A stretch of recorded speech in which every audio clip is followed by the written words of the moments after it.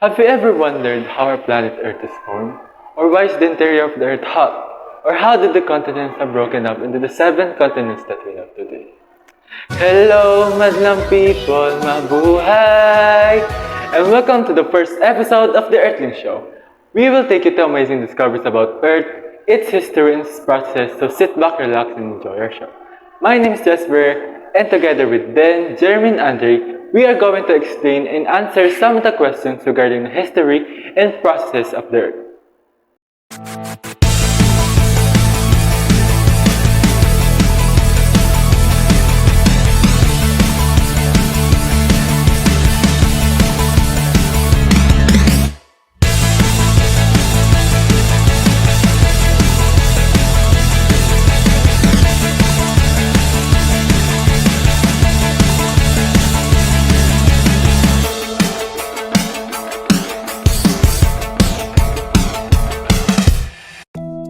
First of all, let's talk about the history of the planet Earth first. What did you know about the Earth? How did the Earth become the planet that we are living on today? Well, I will let it be explained by my friend Dick. Back in roughly 4.5 billion years ago, it is the time when the solar system settled to its current layout. Earth was formed when gravity pulled in swirling gas and dust to become the third planet from the sun. Like any terrestrial planets, Earth has a core, a hot mantle, and a solid crust. But the real question is, how did everything originate? How did the planets, the galaxies, or in general, our universe originated? There are three well-known theories that hypothesize the origin of the universe, namely the Big Bang theory, steady-state theory, and oscillating universe theory that will be discussed by one of my partners, Andre. I hope that I will able to explain to you clearly the different theories about the origin of the universe. Let's start with the most famous and widely accepted theory about the beginning of the universe, the Big Bang theory. According to the Big Bang theory, all matter in the universe came to existence at the same time about 13.7 billion years ago. At this point, all matter have been compressed into a very small ball of infinite density and intense heat known as singularity. The singularity expanded and became the universe that we know today. So, singularity means single, right? Like your status? Emotional, damn it! Whatever. Steady-state theory states that the universe is infinite in size and age, and it is the same in all directions, all the times in the past and future. In other words, the universe does not evolve or change over time. While oscillating states universe theory, also known as pulsating universe theory, is a cosmological theory that combines the Big Bang and the Big Crunch as part of the cyclical event. It states that the universe undergoes periods of expansion and contraction. Interesting, right?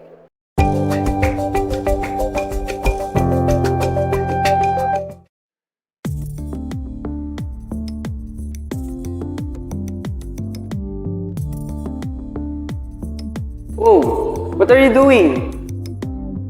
Oh, look at this! Did you know that the bones or fossils that were discovered from rocks and we see places like museums have something to tell us about the history of the existing life forms on Earth from millions of years ago, before us?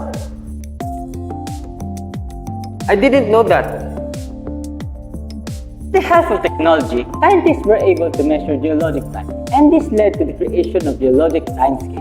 But what exactly is the geologic timescale? Well, the geologic timescale describes geologic time intervals based on geologic rocks that describe the relationship and events over the course of Earth's history. Based on what you just said, was it like a calendar? Yes, absolutely. The geologic timescale is the calendar for events in Earth's history. It subdivides all time into named units of abstract time called eons, eras, periods, epochs, and ages. The numeration of those geologic time units is based on stratigraphy, which is the correlation and classification of rock strata or layers. Whoa, it's amazing to know. But I have a question. How can the Earth history be interpreted from the geologic time scale? Geologic timescale is an important tool used to portray the history of the Earth. A standard timeline used to describe the age of rocks and fossils. and the events that form them. It spans Earth's entire history and is separated into four principal divisions. The first of these is Precambrian, which extends from about 4.6 million billion years ago to 541 million years ago. This time period is known since very few fossils or unaltered rocks have survived. The second is Paleozoic, which extends from 541 to 252 million years ago. Fossil evidence shows that during this time period, life evolved in the ocean and gradually colonized the Earth. The third is Mesozoic, extending from 252 to 66 million years ago, which is also called the Age of Reptiles, since dinosaurs and other reptiles dominated marine and terrestrial ecosystems. It is also noteworthy that during this time, the Pangea formed and later broke up, producing the Earth's current geography. Last is Cenozoic, which extends from 66 million years ago to the present. With the demise of the dinosaur, mammals became dominant and more diverse and highly developed. We humans don't come into the picture until the last 2 million years. A geologic timescale is just one example of how geologists combine dating methods. Relative dating. Whoa, wait! What do you mean relative dating? Is it like dating your relative? Ew! I would never do that. Let me finish first. Relative dating puts rocks and fossils into a sequence. This method does not tell us whether a rock or fossil is younger or older than other rocks or fossils. However, absolute dating is a technique for determining the actual age of rocks. Absolute dating methods, as opposed to relative dating methods, provide chronological estimates of the age of certain geological materials associated with fossils, as well as direct age measurements of the fossil material itself. Fossils are the preserved remains, or traces of remains of ancient organisms. Fossils are not the remains of the organism itself, they are rocks. A fossil can preserve an entire organism or just part of one. Bones, shells, feathers, and leaves can all become fossils. It can be very large or very small. Microfossils are only visible with a microscope. Macrofossils can be several meters long and weigh several tons. Oh, speaking of fossils, how are index fossils used to define and identify subdivisions of geologic timescale? Index fossils are the basis for defining boundaries in the geologic timescale and for the correlation of strata. In marine strata, index fossils that are commonly used include the single-celled protist with hard body parts and larger forms such as ammonoids.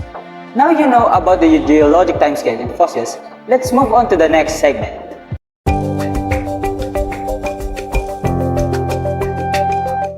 How do rocks undergo weathering? How are magmas formed? In this part, you'll know why this happened. Are you familiar with exogenic and endogenic processes? If not, these are geological processes that happen on Earth. Prefixes exo and endo came from Greek origin. Exo means Like the boy group?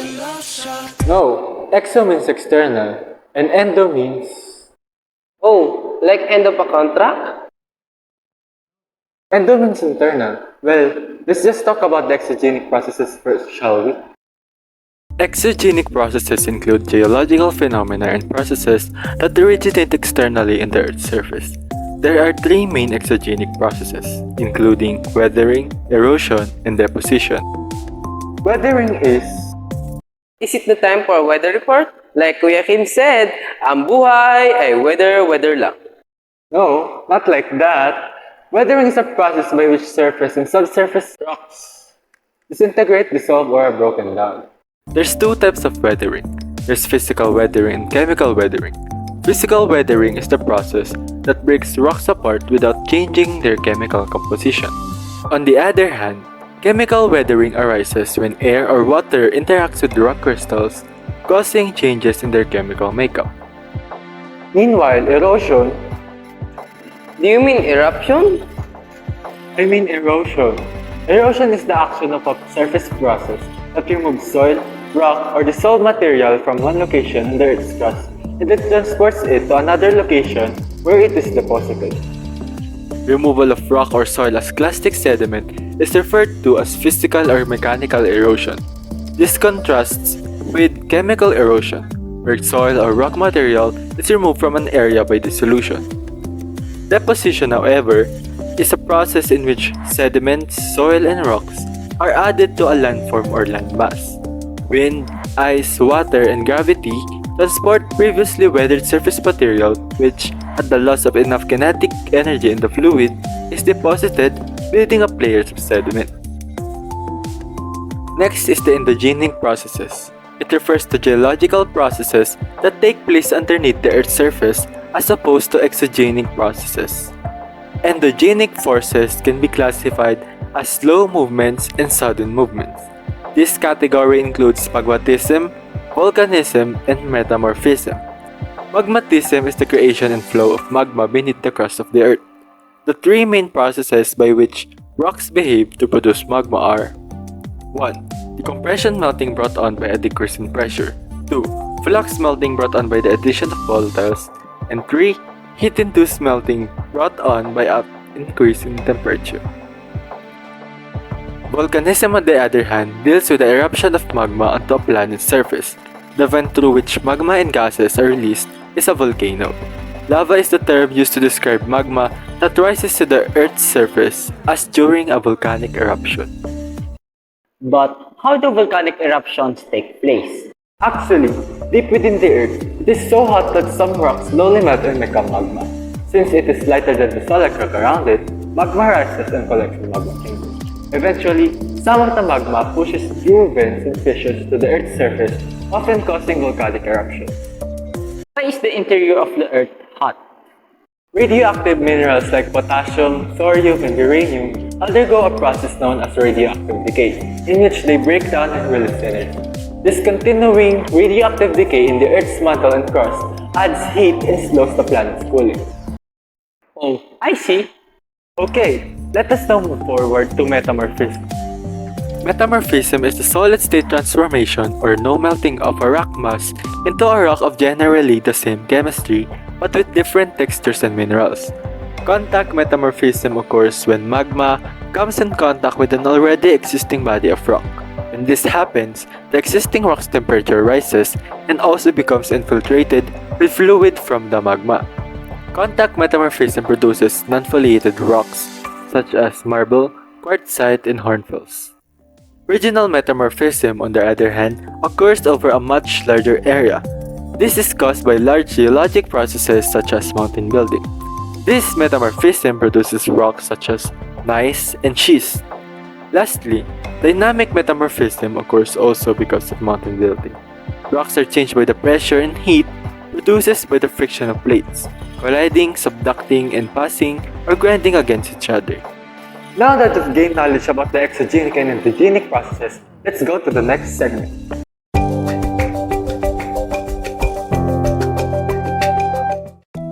At this point, we will now explore the fascinating aspect and theories related to crustal deformation.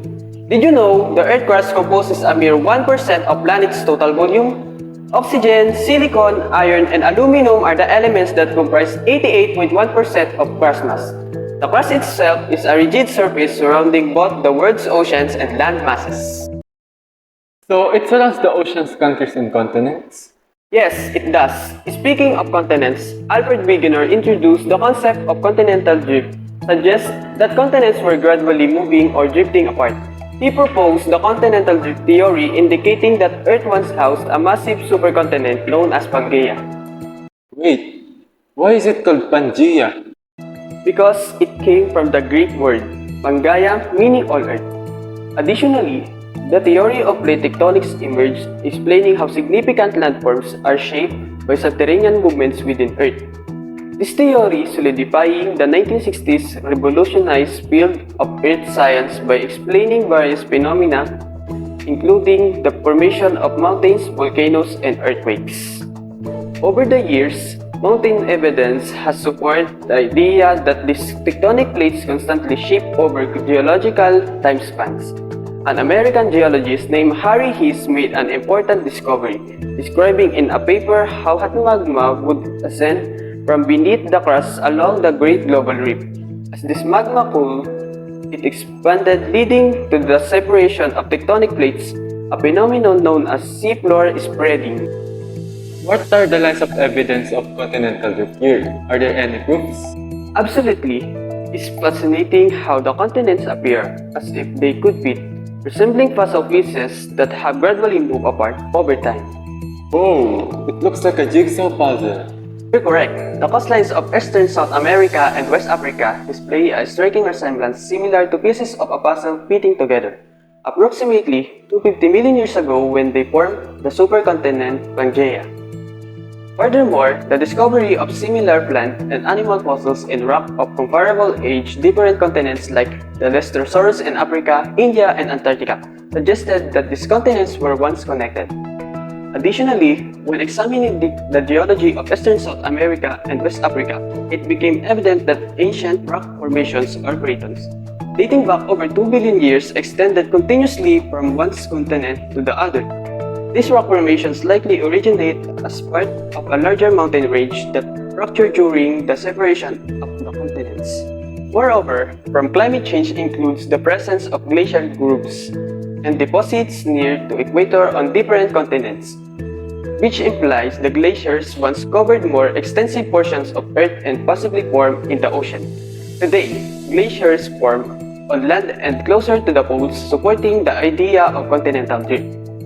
Lastly, the location of magnetite crystal and fresh volcanic rock consistently point to the current North Pole, regardless of the continent or location. In contrast, older rocks of the same age on the same continents indicate a different magnetic pole location. This phenomenon, known as magnetic polarity, provides further evidence for the movements and shifting positions of continents over time. So in summary, we can break down the evidence into 5 key pieces: jigsaw peak, fossil records, geologic evidence, climate change indicators, and magnetic polarity data. That you know about the crust deformation, let's now hop into the last segment.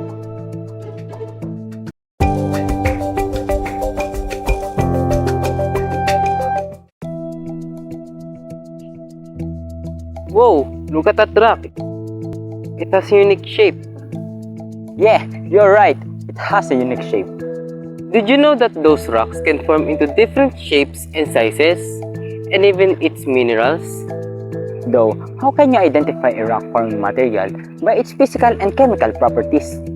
It's easy. Rock-forming minerals can be determined by their color and density, and are determined primarily by the chemical composition. Oh, okay. But what are rock-forming minerals can form into? Well, examples of it are sedimentary rocks, igneous rocks, and metamorphic rocks. But then, how do these types form? Good question. But let me explain the sedimentary rocks first. Sedimentary rocks are formed from deposits of pre-existing rocks or pieces of once living organisms that accumulate on the Earth's surface. The particle that helps in forming the sedimentary rock is called a sediment. This sediment is formed with the help of erosion and weathering from the source of area and is then transported to the deposition, placed by the wind, water, and ice and glaciers, which are agents of weathering. If sediment is buried deeply, it becomes compacted and cemented, forming sedimentary rocks. The second is igneous rocks. They are formed when hot, molten rock crystallizes and solidifies. The melt originates deep within the earth, near active plate boundaries or hotspots, then rises towards the surface. The lastly is metamorphic rocks. Metamorphic rocks form when rocks are subjected to conditions such as high heat, high pressure, hot mineral-rich fluids, or more commonly, some conditions of these factors. Then, how is the age of stratified rocks identified? It is through the scientists called absolute dating or radiometric dating. It is a method used to determine the age of rocks by measuring their radioactive decay. I see. But how do these rocks behave under different types of stress? There are 3 types of rocks under stress. These are compression, tension, and shear. The first is compression. Compression is a type of stress that causes the rocks to push or squeeze against each other. Compression squishes rocks together, causing rocks to fold or to break. Oh, so it's like a hydraulic press machine? No, the rocks only push and squeeze against each other. But yeah, maybe it's somewhat true. Second is tension. Tension is a type of stress that causes the rocks to stretch or pull apart from one another. Rocks under tensions lengthen or break apart. Oh, So, then the rock turns somewhat rubber? Wait, so then, rocks are somewhat mixed with gum fruit? Nani? No! The rocks won't turn soft. It just lengthens over time. I think you're watching too much One Piece, man. The last but not the least is shear. Shear is a type of stress that causes rocks to break and slide past each other horizontally in opposite direction. Wow, that's a lot of information. Wait, the signal is starting to slow down. Maybe I'll catch. Well, that was unfortunate. Maybe work overtime? It's really amazing to think that this process is happening here on our planet. From how the Earth is formed to the different types of rocks. It's truly wonderful that we should learn to appreciate all these things made by our Creator. Now, it's time for you to test if you have gained knowledge about the Earth. Try to answer some of these questions within 5 seconds and let us know how many you are able to answer correctly. Are you ready? Let's go!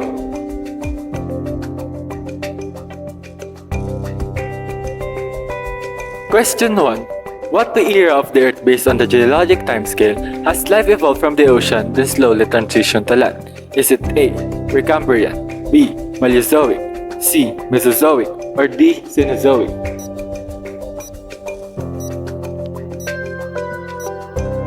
The correct answer is B. Paleozoic.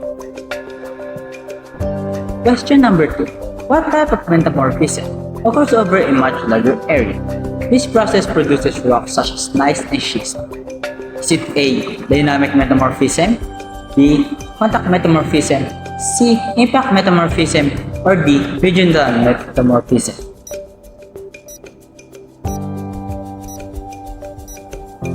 If you answered D, then you guessed it right. It is D. Regional metamorphism. Which among the evidences of continental drift proves that glaciers once covered more extensive portions of the Earth and were possibly formed in the ocean? Is it A. Evidences of climate change, B. Jigsaw feet, C. Magnetic polarity, or D. Fossil records? The answer? It is A. Evidence of climate change. We hope that we gave you a new and amazing knowledge regarding the history and practices of the Earth. Again, my name is Jasper, and this ends the first episode of the Earthlings Show. Thank you and see you again next time. Bye-bye!